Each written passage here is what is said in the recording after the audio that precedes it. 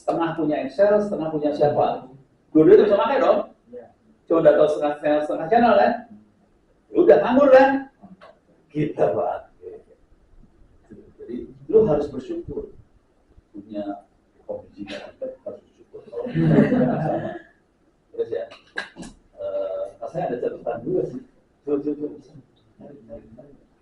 Enggak berbeda. Oke, dari ini zaman dulu saya ngoperasin kebutuhan. Ini waktu itu, ini bukan itu sih, udah sampai satu apa ya? Ini awal, ya seperti yang awal banget lah. Ini waktu ngasih workshop, iseng tanya dulu. Ini kira-kira workshop gimana? ITTS. ITTS. Komdigi salah. Komdigi belum ada, lu bilang. Ini Thailand. Ini orang mana? Ini kan kelihatan orang. Ini orang mana nih? Jepang. Salah. Cina. Salah. Iya. Ini orang Butan.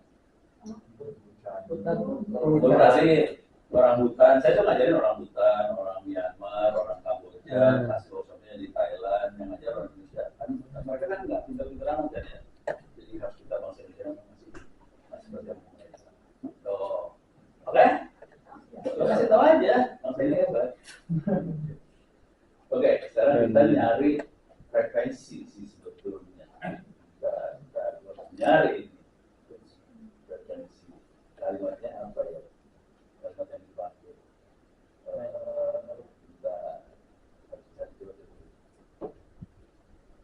Kita coba katakan ini channel. Daftar channel. Coba diklik. Harus nyari. Ini ada channel sekian, frekuensi berapa sih ada. Tapi ada yang bisa nggak dipakai. Ada nggak? Coba alokasi frekuensi. Coba. Ini kita lagi, saya udah lupa naruh di mana, soalnya udah lama. Dulu rajin banget. Data.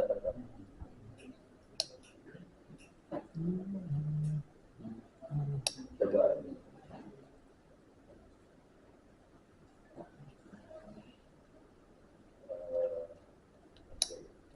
Ini ada biasa Telkomsel Excel. Coba ada tulisannya ini ya. Ini Excel mana yang nganggur? Ada yang nganggur nih, ada yang bisa dipakai. Cari. Bentar. Nah ini. Ini 11, 86, 79, 86. Jadi ini masuknya ini. Terus ya, ada daftarnya ya. Jadi caranya saya set channel berapa yang kita operasional. Jadi ada beberapa channel yang nggak bisa dipakai karena home infonya nggak pinter. Jadi alhamdulillah punya regulator nggak pinter. Dia bego pas ngasih alokasi channelnya. Ya udah kita beruntung kita bisa pakai channel itu gitu. Terus ya, lihat ini. Baru tahu ya. Ya begitulah. Ya kita harus beruntung lah, lu harus bersyukur. Disuruh sholat apalah. Lu bersyukur kalau lu jadi bangsa Indonesia punya regulator kayak gini kan, syukur. Coba kalau regulator pintar gua nggak bisa nyolong frekuensi tuh. Cuma frekuensi dipakai. Oke, balik. Oke, sekarang lihatin lagi. Oke, ini ya. Pakainya tapi dia dari 1 sampai 124. Ini cara ngitungnya. Oke, terus ngesetnya kayak gini sih. Ngesetting itu. GSM radio apa identitinya. Nah ini cara ngesetnya ya. Cara ngesetnya kayak gini. MCC berapa, MNC berapa, terus ini identity like-nya berapa. Ini yang ini bisa default aja. Ini 2, ini kita main ini. Yang 001 sama 01 kita mainin, tergantung kita mau jadi siapa, jadi Singtel, Telkomsel atau apa di situ. Ya, kebayang kan? Tekniknya global banget sih. Ya. Terus ini buat SMS-nya ada di SMQ, autentikasinya ada SIP out serve, ini buat autentikasi. Terus yang ini OpenBTS-nya di OpenBTS. Biasanya dia ditaruh di folder OPT atau di mana? Lupa, ya. Pokoknya ada di folder apa gitu. Ini OpenBTS. Ini sini buka, ada. Dia ke bawahin. Nah nanti kalau masuk OpenBTS bentuknya command line. Jadi itu OpenBTS bentuknya command line. Kita bisa ada help, config, channel, TMS, US, root, apa segala macam. Kita bisa lihat SIM yang terdaftar siapa aja, yang lagi operasional siapa aja di OpenBTS itu juga kelihatan. Apalagi coba lihat coba. Ini contoh yang lagi on naked data. Ini kelihatan antara SIM sama SIM. Kalau ini SIM-nya boleh kita pakai SIM apa aja. Kalau ini kan SIM card kita bikin. Tapi kalau kita pakai SIM card punya yang nggak dipakai, SIM card yang dibuang, ya udah nanti ininya ini kan 001 51 01. Nanti kelihatan intinya 510 berapa sebagainya. Dan kita bisa bikin supaya semua SIM card boleh daftar free di BTS ini bisa. Ada settingannya bisa ada di bisa juga ada di autentikasi berarti yang kita buat. Jadi teknik autentikasinya bisa dimatiin gini, yang boleh daftar hanya IMSI mana, mobile country code sama mobile network mana bisa. Tapi bisa juga yang daftar semua SIM card boleh daftar. Saya biasanya ngoperasiin kayak ginian buat kalau bencana. Jadi bencana saya buang ininya autentikasinya semua SIM card boleh pakai. Itu ada nanti di kalau mau bawa di LMS di Ono Center itu di bagian OpenBTS ada settingan kayak gimana. Kalau mau dibuka kayak gimana? Bisa sampai kayak gini ya. Kita daftar terus kita ngomong ke OpenBTS-nya, saya mau nomor saya berapa, dan gitu ya. Cuman saya biasanya di programnya saya kunci nomornya harus 7 digit, 8 digit. Cuman karena saya penguasa, suka-suka gua nomor berapa ya, 1 digit, gua kan 1 digit suka nomor. Saya satu, beda kelas ya. Kemarin waktu yang bencana itu, yang Aceh itu berarti bisa Pak, cocok Pak? Itu teman air putih, yayasan air putih. Jadi mereka yang dulu. Kalau mau melihat kondisi BTS yang ini yang operasional sampai sekarang, masuk ke Google, tulis OpenBTS Papua. Ini masih operasional sampai sekarang. Gambar. Ini di Papua masih jalan sampai sekarang. Ini BTS-nya. Ini BTS ya. Ini manusia, bukan monyet. Jalan sampai sekarang. Ini belasan tahun. Nah, yang operasi dulu SD di Bogor sekitar 9 jam dari Wamena.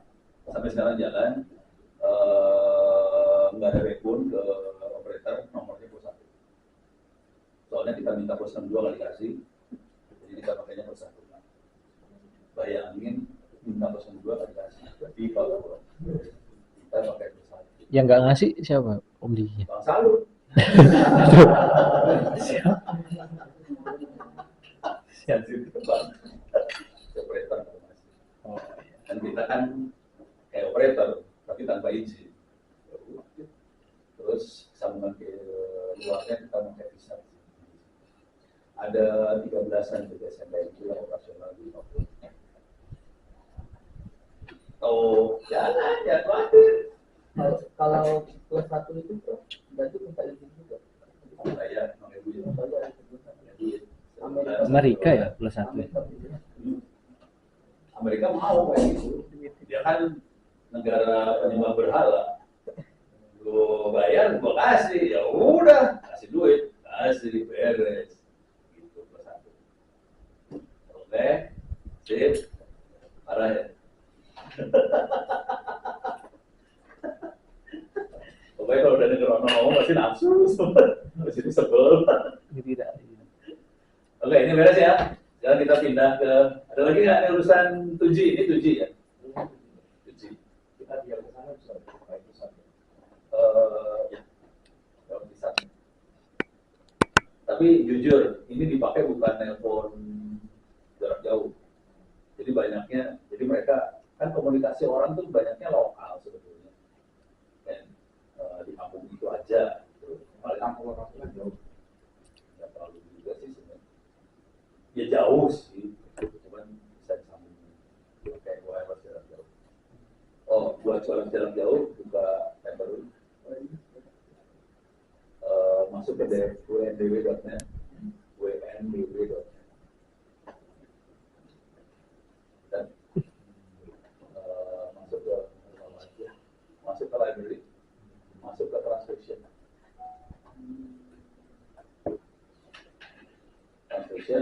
buahin dari merah putih, itu merah putih ada, download buku merah putih, itu bahasa Indonesia, itu teknik bikin sambungan jarak jauh. Oke, wifi. Ini wifi jarak jauh ya. Atau bahasa Indonesia ya. Yang terjemahin lagi ngomong.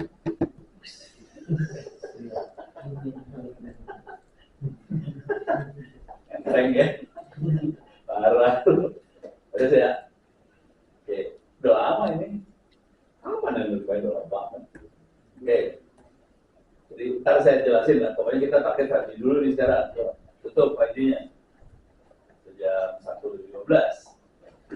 Oke, sekarang masuk ke 5G dulu ya. Oke, tapi kita ke 5G yang software toh. Ada hardware-nya dulu ya. Oke. Prompting lagi prompting. Oke.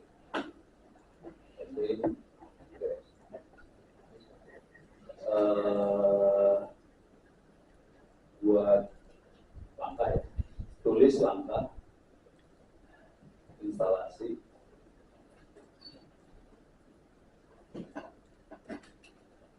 Open 5GS dan apa tadi UE Ransim supaya bisa belajar jaringan 5G tanpa hardware di komputer Windows ya. Ya udah di komputer Windows. Aduh. Kayak benci Bill Gates kali. Benci sekali Bill Gates ya. Jangan benci, nggak butuh aja.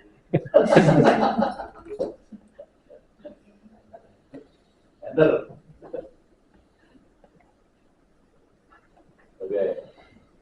Nanti ini silakan di prompt kayak gitu. Promptnya sederhana semua kan sebetulnya. Jadi bisa prompt masing-masing sebetulnya. Cuma ini tolong dikerjain supaya bisa ngerti cara konfigurasi atau segala macam. Kalau di global bisa ini sih, bisa nanti komputer mana jadi Open 5G, Open 5GS, komputer mana yang jadi BTS, mana yang jadi apa? UE-nya. Tapi kalau nggak salah dia cuma bisa apa ya? Pokoknya terbatas lah, bisa IP, bisa ping, kayak gitu aja. Wih, mungkinnya lama ya. Padahal ini lagi instan loh, lama dia. Oke. Jin bro, Ya. Jin tadi yang Prof bilang untuk yang AI lokal yang tersimpan yang miliknya Prof itu kalau membuat model kan sulit ya Prof, bikin model baru. Nah kalau apa misalkan andai kata ada yang memang mumpuni lah untuk membuat model baru itu, ada GPU-nya itu mengambil model yang memang yang sekarang yang lebih canggih itu gimana? Atau dia memang membuat tidak bisa mengambil model kayak Opus segala macam yang Jadi model yang pakai apa ya? Iya, pakai gitu ya, pakai di web yang dia terus bisa ditambahin knowledge di situ. Tapi nanti kayak di compile lagi. Kalau yang tadi kan model lama mungkin diisikan dengan Model knowledge-nya. kita pakai Jadi cara yang saya usul Nah. yang tadi caranya gini kira-kira. Ini model di dunia aja atau goblok aja. Fungsi model ini adalah buat bikin kalimat doang, titik habis. Dia nggak dibikin pintar. Jadi caranya tadi yang knowledge yang di open web UI itu dalamnya database. Oke. Nggak ada urusan sama model ini ya, database beda, beda makhluk nih, database. Nah, si dokumen-dokumen tadi masuk ke database ini. Oke, udah. Nanti ada prompt masuk nih. Misalnya prompt-nya tentang biologi. Oke, nanya terangkan saya tentang biologi virus atau apa ya. Nanti dia akan cek ke database file-file mana yang ada kata-kata berkaitan biologi sama virus. Teks-teks tadi ditempelin ke prompt yang masuk. Bayang. Jadi dia akan nyari ke database yang uploadan tadi. Makanya sebaiknya satu file, satu knowledge, satu topik. Jangan digabungin semua. Topik, bingung ntar. Jadi satu file, satu topik aja. Oke. Jadi kalau ada prompt masuk, ditempel nih prompt-nya. Jadi prompt-nya jadi panjang. Prompt panjang ini dilempar ke LLM yang tolol tadi. Jadi LLM yang blow tadi dapat konteksnya besar. Jadi bukan prompt ini doang yang masuk, tapi prompt ini sama tambahan file dari database tadi. Artinya kita nggak perlu bikin pintar si model yang ada di LLM, tapi kita bikin prompt-nya jadi lebih lengkap dengan cara dia cari informasi tambahan dari database. Ini lebih murah caranya daripada kita merubah model yang ada di sebelah sana. Model sana mahal banget.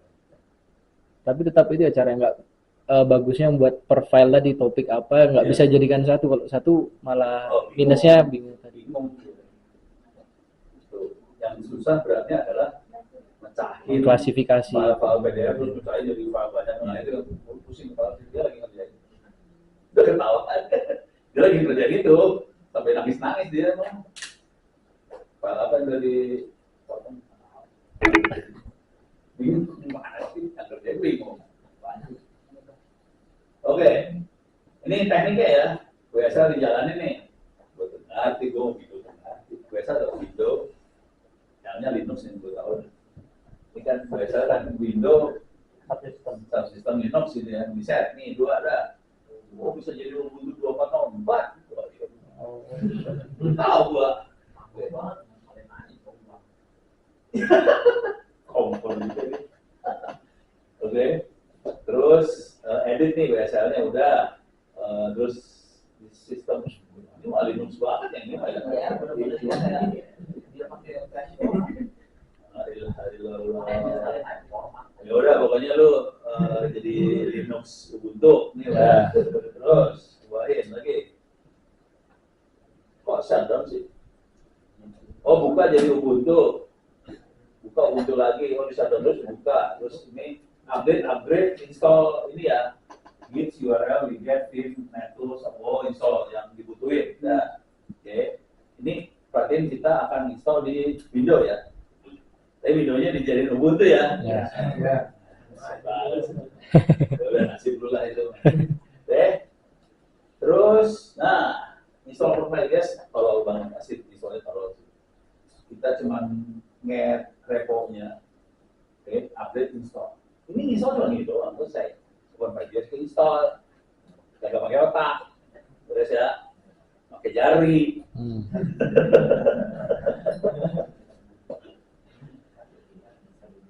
Terus kita lihat ada dua Word.js IMF sama UPF. Oke, dia statusnya udah jalan. Terus kita install lagi UI-nya, web interface-nya. Oke, dia pakai Node.js.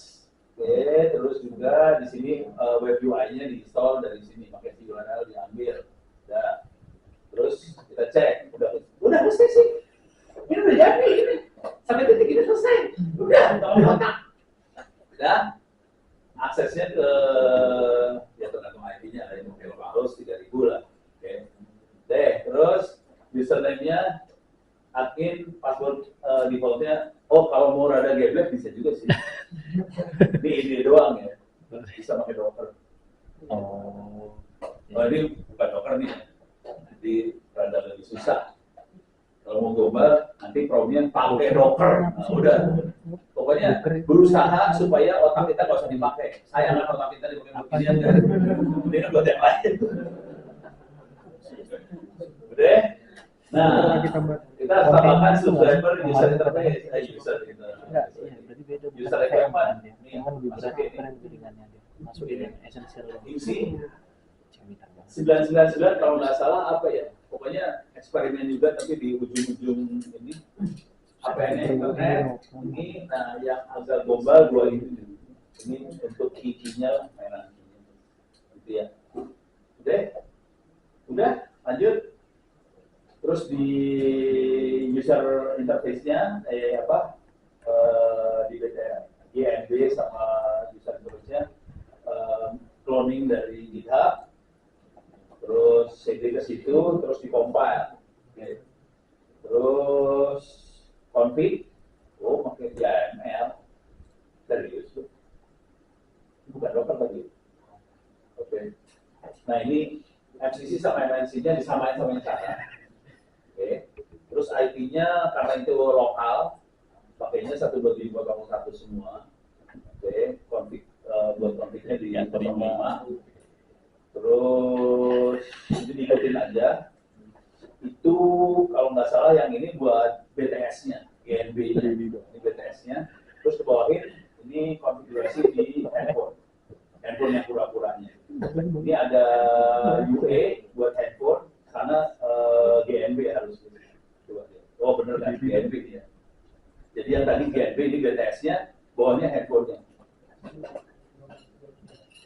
Dan handphonenya kita bikin supaya isi segala macam sama yang ada di settingan di BTS. Harus sama nih, nomornya harus sama. Betul. Dan ini semua harus sama semua. Kita pakai versi 4, APN-nya internet, jalankan GNB dengan cara seperti ini, jalan GNB. Oke. NR GNB, konfigurasinya yang mana, terus bawain lagi. Ini UE-nya dijalanin, UE, jalan. Terus UE terdaftar, kita bisa lihat di IP address-nya. Terus aktifkan NAT di Open5JS-nya supaya UE bisa internetan. Intinya IP forward harus 1 supaya kita bisa internetan dari situ. Terus nah ini NAT-nya diaktifin di sini. Ini aktifin NAT, forward, ini NAT-nya diaktifin ya. Jadi tekniknya sih sebetulnya si Open5JS punya NAT, nanti user dapetin IP, terus akan ke internet lewat NAT-nya si Open5JS. Kira-kira gitu. Tahu nggak masalahnya? Kebayang nggak masalahnya? Satu-satu. Nah, bukan satu. Dulu kalau lihat ininya, alokasi IP-nya ya, kemungkinan besar slash-nya berapa? Slash berapa? Slash 2. Slash 24. Kemungkinan besar slash 24. Maksud dari slash 24. Handphone yang bisa connect berapa? 25. Itu masalahnya. Jadi masalah dengan IP versi 4, dia makanya 124, pakai NAT, itu segitu yang bisa connect. Tapi nanti kalau lebih advance lagi, coba eksperimen pakai IP versi 6 tanpa NAT. IPv6.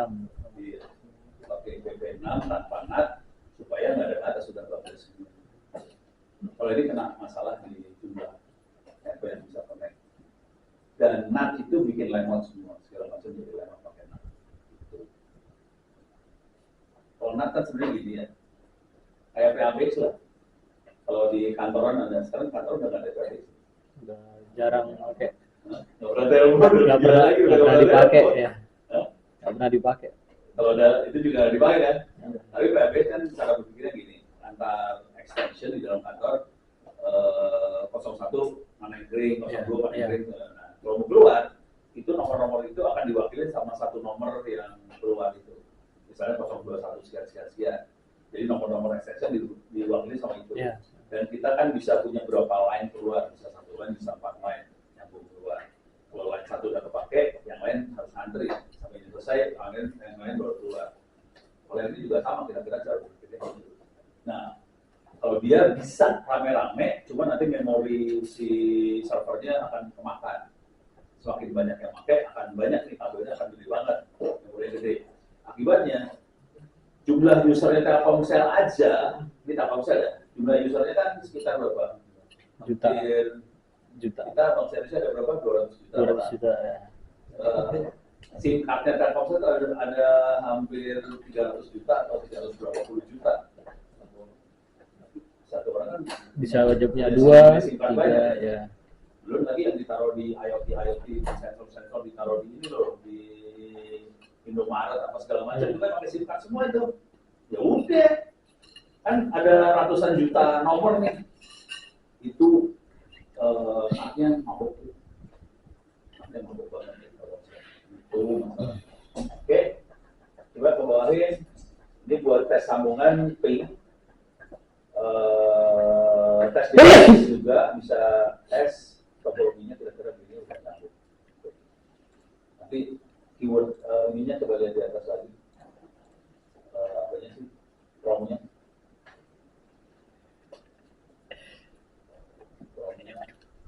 Ini ya. Maka instalasi Open5GS dan WRAMSIP supaya bisa belajar jaringan baik tanpa hardware. Kalau pakai hardware dipromosi. Oke. Sekarang jauh berapa? Saya punya waktu sekitar 30 menit lagi.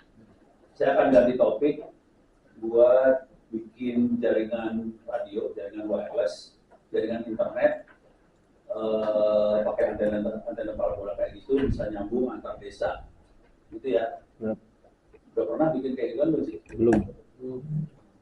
Elektro.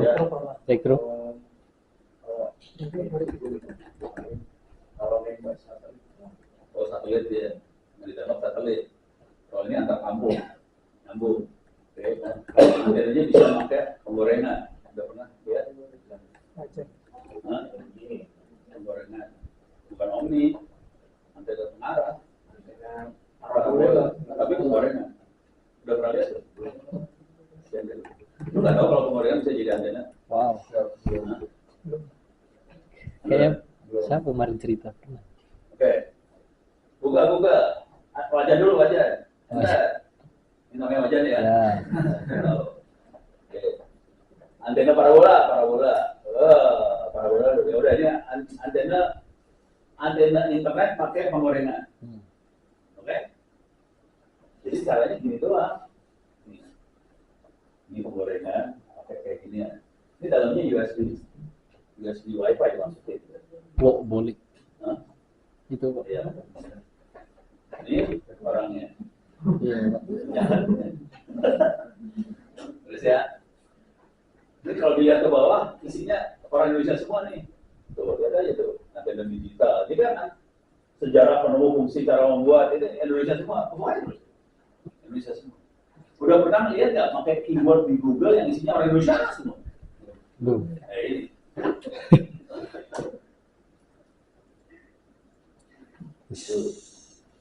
Iya. Itu kan terus ya. Kalau bawa Indonesia semua ya. Terus ya, 3. Ini jaraknya sekitar 2 km. Kayak gini.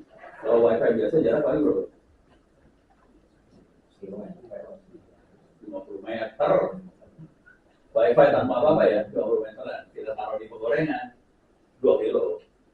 Mantap. Itu yang bisa bikin internet jarak jauh. Sekarang caranya supaya kita bisa melacak internet jarak jauh, masuk ke alat-alatnya masih kayak gitu parabola, cuma antena parabolanya saya kasih pakai Google lagi lah. Parabola 24 GHz. Dan ini bentuknya kayak gini. Mirip sama penggorengan sih, ya. Kayak gini. Bentuknya kayak gini ya. Parabolanya lebih profesional. Bedanya apa antara penggorengan sama ini tuh? Tahu nggak bedanya? Harga. Ya harga beda dikit. Itu 2 juta Pak. Lalu 200.000. Bedanya terutama di sini nih. Titik ini nih. Kalau parabola, semua sinyal terkumpul di satu titik sini. Kalau tadi antena yang itu, dia kan nggak dibikin parabola banget kan, pokoknya enak buat goreng kan, yaitu sinyalnya nyebar, fokusnya nggak di satu titik, fokusnya nyebar. Konsekuensinya sinyalnya nggak bagus sih sebetulnya, keterimaan sinyalnya nggak bagus, tapi ya lumayan. Dengan harga 35.000 kita udah bagus. Oke, beres ya. Oke. Sekarang kita akan pakai antena kayak gini buat bikin jaringan jarak jauh. Oke. Masuk ke bukan kita dulu lagi. Link ui.com. Link ui.com. Ingat ya, link ui.com. Enter. Harusnya login sih, bisa login pakai ini. Ini berubah dia, ini allow aja, jangan gitu. Bapak, ini ada pilihan ya, bisa multi point, bisa simple point to point. Kalau bridge itu point to point ya. Kalau multi point satu tower terus usernya banyak. Itu kayak wifi biasa lah. Satu tower user banyak. Kalau yang ini simple bridge itu ada pada depan. Pakai parabola. Kalau yang ini fiber. Kalau fiber nggak peduli, tinggal colok-colok aja itu, tinggal bisa narik aja kabelnya. Fiber. Oke, sekarang kita point yang supaya kita bisa tahu nembak berapa jauh ya. Point, klik import bridge. Oke. Sekarang gue pengen nanya dulu. Besok kalau mau ke NTT gimana? Kita buka Google Map. Ke apa sih? Sumba. Oh Sumba. Oke. Tambua. Oke. Ini apa beneran sih? Sumba. Sumba. Buka. Sumba. Google Map. Buka Google Map. Sumba. Google Map. Oke. Buka Google Map. Jadi Tambua.